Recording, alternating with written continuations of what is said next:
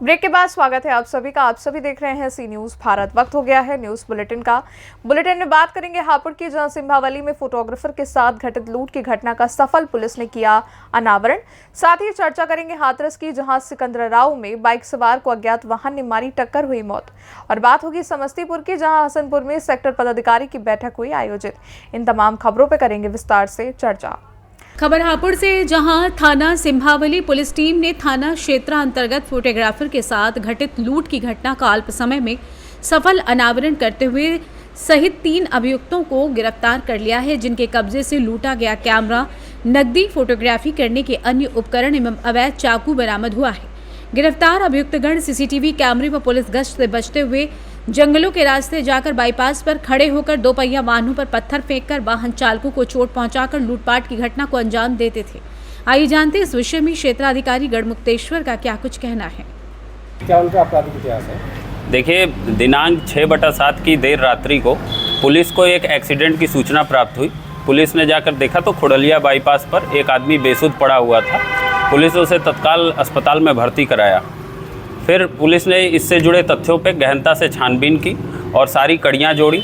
तब हमें ये ऐसा प्रतीत हुआ कि इस व्यक्ति के साथ हो सकता है लूट की घटना हो। तत्काल इस पर मुकदमा पंजीकृत किया गया।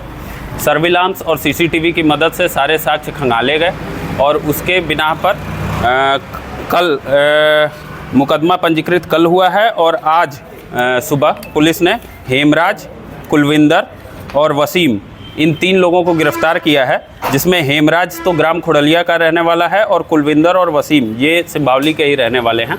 इनका कोई आपराधिक इतिहास नहीं है। इनसे गहनता से पूछताछ की गई तो पता चला ये लोग जो है जंगलों के रास्ते जाते हैं ताकि ये किसी कैमरे में या पुलिस की गश्त में ना आए, और जाकर ये बाईपास पे खड़े हो जाते थे और जो भी 2 पहिया वाहन वाले वहाँ से कम्यूटर्स जाते थे उनके ऊपर पत्थर फेंकते थे ताकि वो घायल हो जाए और उनसे लूट कर ये सामान भाग जाए।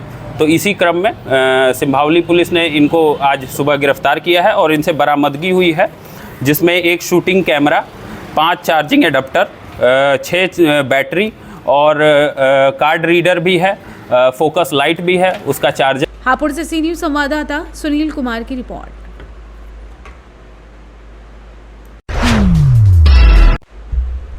खबर हाथरस से है, जहां हाथरस जिले के सिकंदराव में आज दिनांक 13 मार्च 2024 दिन बुधवार को राघवेंद्र उर्फ उदल सिंह पुत्र राजपाल सिंह निवासी पोरा नगला धोबी, जो कि अपनी मोटरसाइकिल से अपने गांव जा रहा था।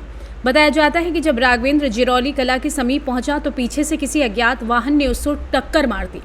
टक्कर मारने के बाद मौके पर लोगों की भीड़ एकत्रित हो गई और सूचना पर एम्बुलेंस को बुला लिया और एम्बुलेंस की मदद से घायल राघवेंद्र को सामुदायिक स्वास्थ्य केंद्र भेज दिया गया।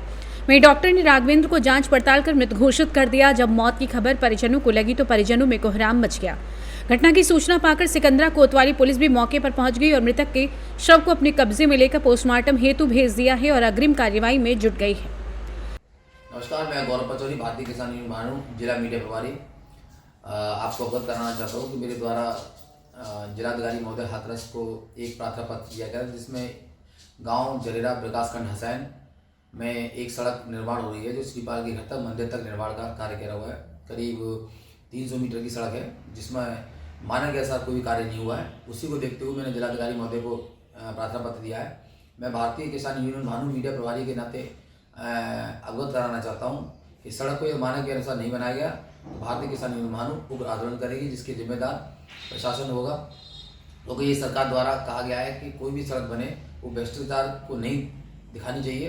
ये पूरी सड़क भ्रष्टाचार को दिखा रही है, जहाँ पर जो ठेकेदार द्वारा बालू और जो ईंट का प्रयोग किया रहा है वो पीला ईंट का प्रयोग किया जा रहा है। तो मैं इस वीडियो के माध्यम से आप सबको अवगत कराना चाहता हूँ कि जिलाधिकारी महोदय हाथरस से सी न्यूज संवाददाता प्रशांत अग्रवाल की रिपोर्ट। हाथरस जिले में आज दिनांक 13 मार्च 2024 दिन बुधवार को हसायन विकासखंड क्षेत्र के जरेरा पंचायत में इंटरलॉकिंग से सड़क निर्माण और नाली निर्माण का कार्य ठेकेदार के द्वारा किया जा रहा है। इसमें ग्रामीणों का आरोप है कि इंटरलॉकिंग में ना तो मानक के अनुसार कार्य किया जा रहा है और वहीं नाली निर्माण भी पीली ईंटों और बालू से किया जा रहा है, जिससे ये सड़क नालियां ज़्यादा दिन नहीं चलेंगी।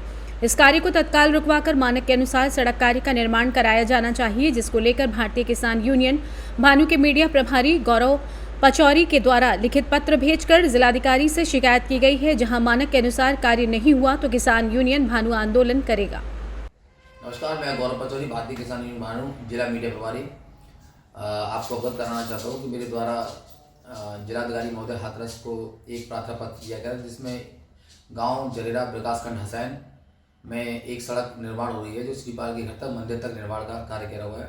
करीब 300 मीटर की सड़क है, जिसमें मानक के अनुसार कोई भी कार्य नहीं हुआ है। उसी को देखते हुए मैंने जिलाधिकारी महोदय को प्रार्थना पत्र दिया है।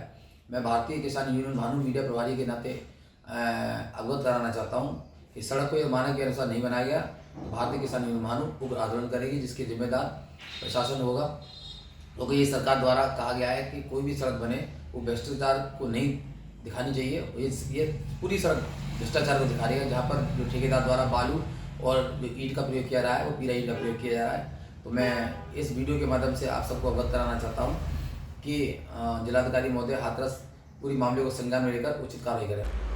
हाथरस से सी न्यूज संवाददाता प्रशांत अग्रवाल की रिपोर्ट। ओंकारेश्वर नगर परिषद क्षेत्र में नर्मदा नदी को प्रदूषण मुक्त करने तथा नगर के गंदे मलमूत्र शौचालय का घर घर पानी फिल्टर कर प्लांट के माध्यम से नर्मदा में छोड़े जाने की योजना के अंतर्गत करोड़ों रुपए खर्च करने के बाद भी मध्य प्रदेश सरकार द्वारा पीयूआई खरगोन को 16 करोड़ रुपए की लागत से नया कार्य दिया गया। नगर के विभिन्न वार्डों में फिल्टर प्लांट बनाए, उसके बावजूद भी आने वाले श्रद्धालु मानधाता क्षेत्र, गौमुख घाट व अनेक घाटों पर गंदे पानी से झरना समझकर स्नान कर रहे हैं। वर्ष 2004 में 4 प्लांट 9 करोड़ की लागत से बनाए गए थे। पुनः 16 करोड़ रुपए की लागत से पुराने प्लान के साथ नए तैयार किए जाने की योजना बनाई गई। ट्रीटमेंट प्लांट के गुजरात कंपनी द्वारा टेंडर लिए गए। ठेकेदार ने रोड को खोद दिया। समाजसेवी कालूराम केवट ने जानकारी देते हुए बताया कि जिम्मेदार प्रतिनिधियों के बिना रायशुमारी के ब्रह्मपुरी क्षेत्र में बनाया गया ट्रीटमेंट प्लांट नर्मदा की बाढ़ में लापरवाही की भेंट चढ़ गया। शिकायत के बाद एजेंसियों द्वारा जांच करने के नाम पर खानापूर्ति की गई। मोहन सरकार से ओंकारेश्वर में मिल रही नर्मदा में दूषित जल तथा ट्रीटमेंट प्लांट में लापरवाही बरतने वाले ठेकेदार को ब्लैकलिस्ट करने की मांग फिर उठने लगी है।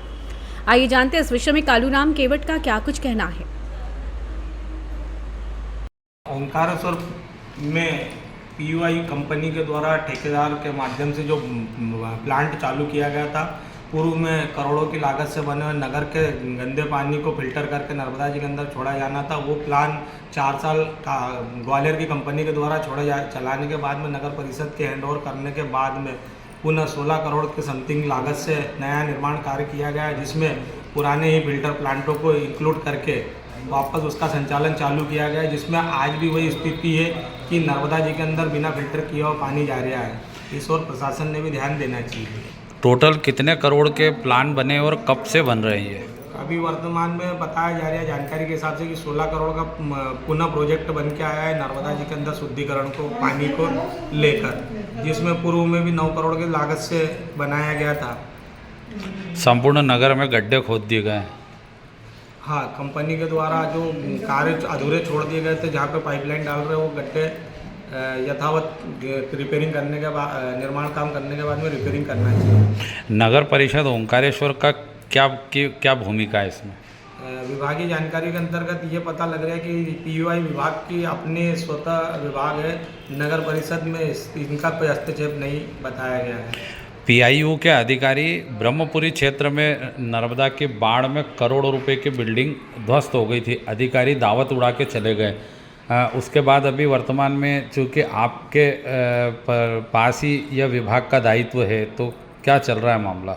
इस बारे में मेरे को अभी पूर्णतः जानकारी नहीं है। बाकी इतना संज्ञान में जरूर है कि भोपाल या इंदौर से जो जांचकर्ता टीम आई थी बाढ़ के बाद में, उनके द्वारा जो सर्वे किया गया है, वो सर्वे क्या करके गए। खंडवा से सी न्यूज संवाददाता ललित दुबे की रिपोर्ट।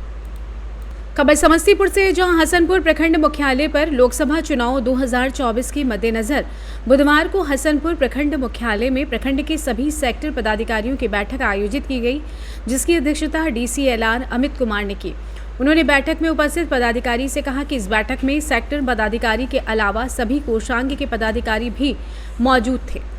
प्रखंड की सभी पंचायत में जहां जहां मतदान केंद्र निश्चित है वो रैंप, बिजली, पानी, फर्नीचर, शौचालय की उपलब्धता आवश्यक रूप से रहनी चाहिए। मौके पर रोसड़ा पुलिस इंस्पेक्टर, प्रखंड विकास पदाधिकारी जय किशन, अंचलाधिकारी हनी गुप्ता, मनरेगा कार्यक्रम पदाधिकारी अमरेंद्र कुमार, प्रखंड शिक्षा पदाधिकारी डॉक्टर संगीता मिश्रा, पंचायती राज पदाधिकारी नूतन कुमारी, हसनपुर थाना एएसआई योगेश कुमार, अरुण कुमार सहित चौकीदार मौजूद थे। आज हसनपुर प्रखंड मुख्यालय के सभा कक्ष में सर एक बैठक हुई थी। इस बैठक का क्या उद्देश्य था सर? इस बैठक का उद्देश्य था कि हमारे जितने भी सेक्टर पदाधिकारी हैं और अभी जो कोषांग का गठन किए हैं, लोकसभा चुनाव, आगामी लोकसभा चुनाव जो 2024 होने वाला है, उसी के लिए कोषांग का गठन भी किए हैं और सभी सेक्टर पदाधिकारी को इसमें बुलाया गया था। एफएसटी, एसएसटी उसको बुलाया गया था और सभी पंचायत के चौकीदार को बुलाया गया था और इसमें थाना के प्रतिनिधि भी थे और हमारे हसनपुर विधानसभा के एईआरओ वो आए थे और पुलिस पदाधिकारी के साथ आए थे। तो इस बैठक में वल्नरेबल बूथ, क्रिटिकल बूथ, उस पर चर्चा करना था और जो हमारा बूथ है 164, उस बूथ पे सारी सुविधाएं उपलब्ध हुई है या नहीं, उसकी जानकारी। समस्तीपुर से सी न्यूज़ संवाददाता गौतम कुमार सिंह की रिपोर्ट। बुलेटिन में बस इतना ही। देश और दुनिया की बड़ी खबरों के लिए आप बने रहिए सी न्यूज़ भारत के साथ।